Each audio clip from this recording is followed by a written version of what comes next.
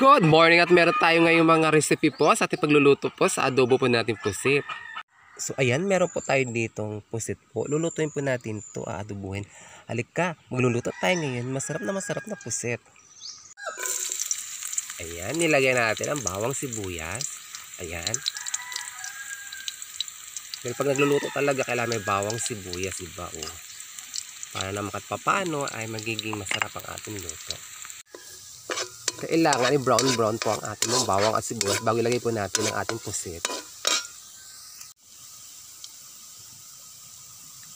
Ayan, ilagay natin ang ating pusit. Ilagay na natin ito lahat kung pwede din. Ayan, para sabay-sabay na rin silang maluto.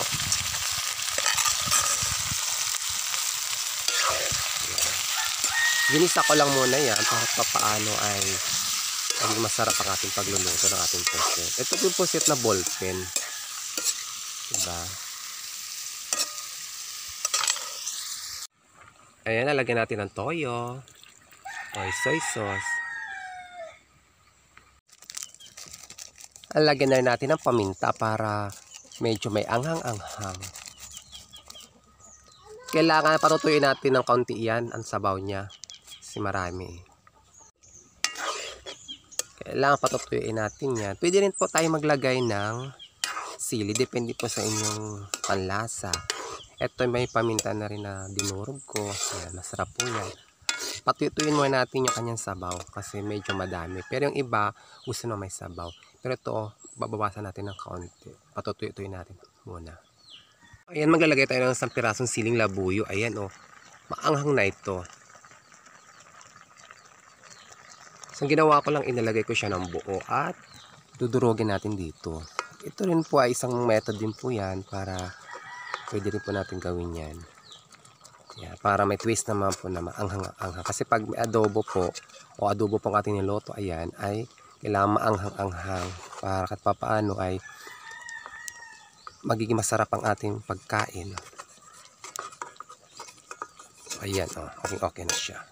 Putol na, naghalo na rin yung kanyang anghang.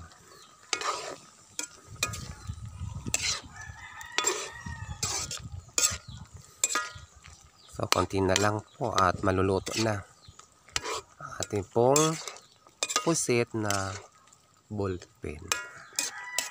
Magbabasan tayo ng tubig. Painin lang natin to dahil marami-raming tubig eh. Sabaw niya.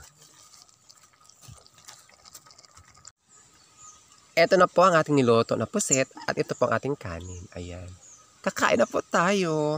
Nilagugutom na rin po ako. Dahil sa Sandara po ay gusto nang kumain. Dahil tanghali na rin. Tara, kain tayo ng pusit at kanin.